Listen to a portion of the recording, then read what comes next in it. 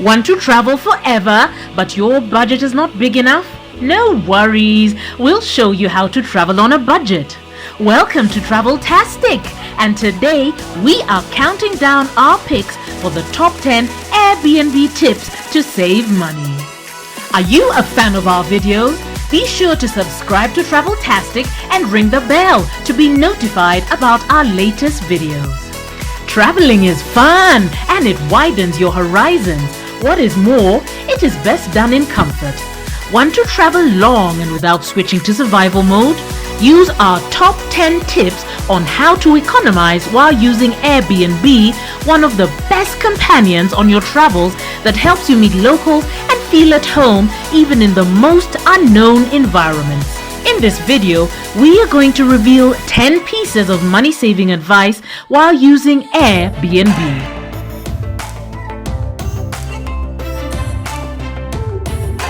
Get credit when being referred. For sure, it is best to join Airbnb after you receive a referral invitation from your buddy or a family member. Thus, both they and you receive travel credits which can be spent on traveling with Airbnb. How much exactly depends on whether you start your Airbnb journey with hosting, renting, or participating in an experience by Airbnb. For a frugal traveler, even about $30 for a successful completion of a booking is not that bad. Note that the coupon can be used only on the platform. Stay longer. Note that if you are going to stay longer than a couple of days, it is often possible to pay less. Depending on the property, there can be either discounts specified in the listing for the longer stays or hosts willing to give them if the stay seems prolonged enough. Just request the price reduction if you deem it fair via the platform's messaging service. Note that in the high season or in some super popular areas, there is no incentive for hosts to lower the price because the demand is always high. In such spots, compare with Booking and Agoda, and if prices are lower, write to the host. Take photos before checkout. Have you ever thought that the person who rents out a property is a bit difficult? Keep in mind that sometimes they can also be dishonest, on Airbnb theoretically too.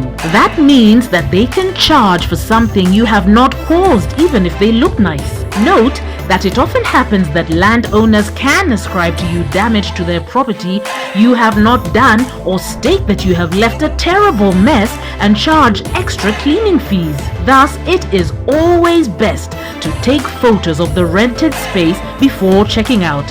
Better safe than sorry. Seek newbies. You know that marriage is for some. It is the start of a new life of responsibility. The same goes for becoming an Airbnb host, but for them it is not always easy to find their first guest. Profit from their vulnerability. Always remember that newbies are desperate for their first reservation because being without reviews, they seem unattractive. If they don't offer special terms for their first and most important, then be upfront and come up with an attractive offer to be there long awaited for a small reduction in price. Most often it works. Use intermediaries. Some firms offer you loads in cashback. They get commission for bringing customers to another firm and then pay you a hefty share of their commission. One of the firms that does it with Airbnb is Acorns. Go business traveling. If traveling on business, don't think you can't spend less. Airbnb came up with a special solution for you. Specify the business you own or work for, creating your own account, or join the one of your company and book a business stay at an Airbnb locale. Upon check-in, you will receive a letter with a $50 coupon to spend this credit on your next trip. Note that the $50 coupon will be valid for 1 year only and can be applied to just one reservation. Bargain! Some properties list higher prices than hotels in the respective areas. Make it clear to the property owner it is generally believed that haggling judiciously is a good idea for a prospective Airbnb guest. Try to knock prices at least 50% in low season to show you are serious about the whole renting story, and try to make the host agree to about 25% reduction. If it is high season, don't try to push the price that low, for a person can get insulted. Be gentle. Note that small towns or places of high cultural or economic significance are more averse to negotiating prices, so try to calibrate it. Also, always compare the Airbnb prices with those at hotels and hostels via Booking or Agoda. Go for a room instead of an apartment. Some people are used to living a life of luxury, but today, square meters are getting more expensive, and some hosts charge eye-watering prices for accommodation. So don't hesitate to go for a room in a good district instead of a duplex in a poor neighborhood, possibly with low-grade security.